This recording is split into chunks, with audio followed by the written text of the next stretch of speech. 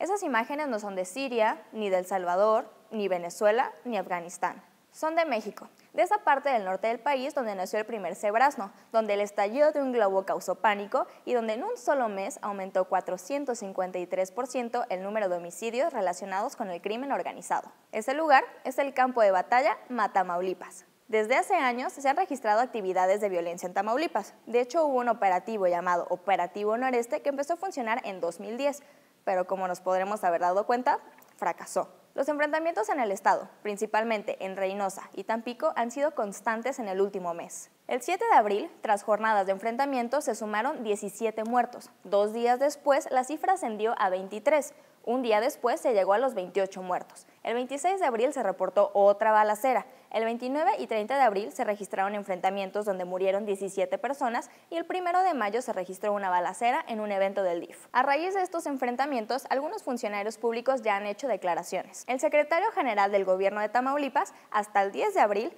negó que se fuera a implementar algún tipo de operativo especial en seguridad en las zonas de Tampico, Madero y Altamira. Y días después declaró que trabaja en una estrategia de comunicación para alertar sobre situaciones de peligro en la entidad. Por su parte, el vocero del gobierno de Tamaulipas dijo: "En el estado estamos en paz, en calma. Por favor, que alguien le regale un diccionario para que busque la definición de paz". Y finalmente, Osorio Chong dijo que Tamaulipas no es Michoacán y que el gobernador está haciendo su trabajo en materia de seguridad pública. Y entonces es aquí donde aplica el dicho: no es lo mismo, pero es igual. Porque como ya te dije, en Tamaulipas, al igual que en Michoacán, se establecieron operativos desde el sexenio pasado y en ninguna entidad se han visto resultados efectivos. Los constantes enfrentamientos han hecho que la sociedad sufra de psicosis a tal grado que el estallido de un globo de helio da miedo. Y tantas jornadas de violencia también han afectado a los comercios, a la industria y a la educación. Y podemos pensar, ay, eso pasa en todo el país.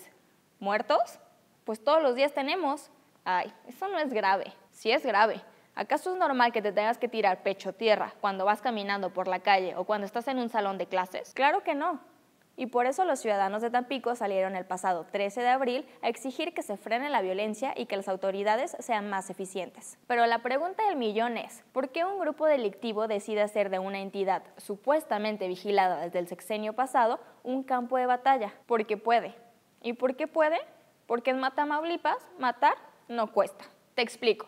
Hasta el 2012 habían ocurrido más de 1,400 homicidios intencionales, pero solo se llevaron a cabo menos de 200 condenas. La violencia en esta zona del país no es nueva y en años pasados hubo 1 y 1,000 justificaciones para las muertes. Ahora se dice que la causa de los enfrentamientos es por culpa de detenciones de miembros de grupos delictivos y que cuando acaben de acomodarse se va a acabar la violencia. Entonces, en el pasado fue porque detuvieron a fulano, ahora porque detuvieron a sutano, y en el futuro va a ser porque aprendieron a mangano. ¿Se habrán planteado siquiera la posibilidad de que Tamaulipas deje de ser algún día un campo de batalla?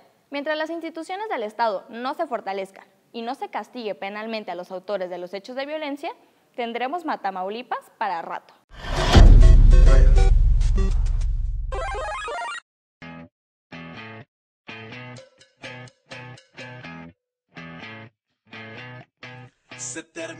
La pregunta de esta semana con más me gusta es de Alejandro Arellán, que dice: ¿cómo se puede quitar un presidente junto con sus reformas estructurales? ¿Podremos quitar la corrupción de México, su política mediocre y los medios de información vendidos? ¿Se puede recuperar las empresas que se privatizaron? ¿Y cómo podemos recuperar la economía de nuestro país?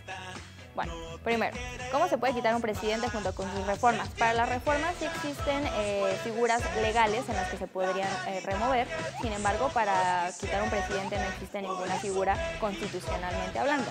Después, podremos quitar la corrupción, la política mediocre, los medios de información vendidos, pero creo que hay una relación bilateral. En medida que nosotros sigamos siendo corruptos, sigamos consumiendo esos medios y sigamos siendo cómplices de este sistema del que tanto nos quejamos, pues no va a desaparecer. Creo que en primera instancia nosotros como ciudadanos debemos mejorar eso, ¿no? Debemos de dejar de dar mordida, debemos de dejar de robarnos la señal, etc., etc.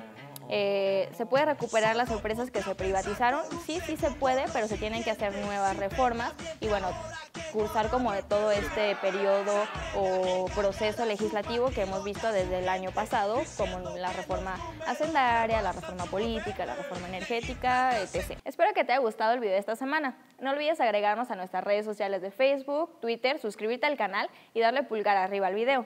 Muchas gracias por tus mensajes y comentarios, sobre todos aquellos que hablan de política. Nos vemos el siguiente lunes.